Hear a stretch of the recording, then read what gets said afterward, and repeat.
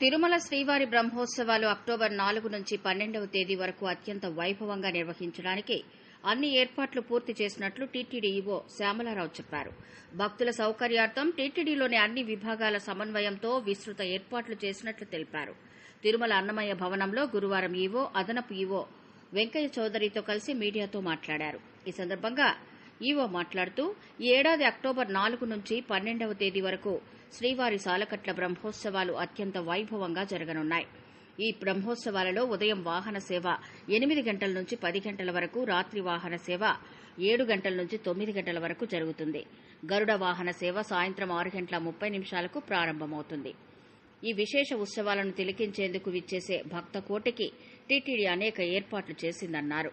October 4న ముఖ్యమంత్రి శ్రీవారికి పట్టు వస్త్రాలు సమర్పిస్తారు. అదేవిధంగా అక్టోబర్ 5వ తేదీ ముఖ్యమంత్రి తిరుమల పాంచజన్యం విశ్రాంత